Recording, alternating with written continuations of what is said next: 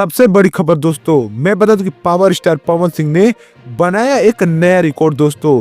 उसी के बारे में आज हम बात करने वाले हैं कि पावर स्टार पवन सिंह ने कैसा रिकॉर्ड बनाया है। तो चलिए बात करते हैं उसी पर। तो आपका स्वागत है हमारे चैनल पर। अगर मैं है तो हमारे चैनल को सब्सक्राइब जरूर कीजिएगा ताकि कोई भी भोजपुरी खबर आपसे छूटे ना, और लास्ट तक देखना न भूलिएगा।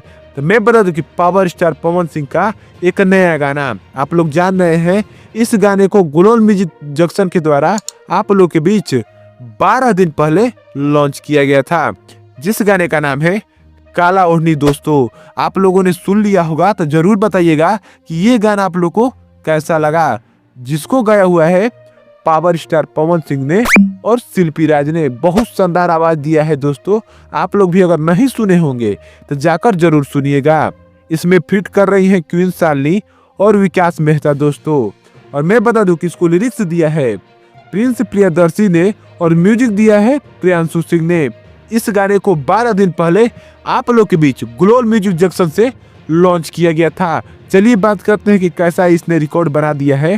तो इस गाने को 12 दिन हो चुका है और 12 दिन के अंदर ये हरदम गाना ट्रेंडिंग में ही रहा है। अब ये गाना दूसरे नंबर ट्रेंडिंग में चल रहा है म्यूजिक में दोस्तों, जिस पर 14 मिलियन व्यू और 4 लाख के आसपास इस पर लाइक हो चुका है।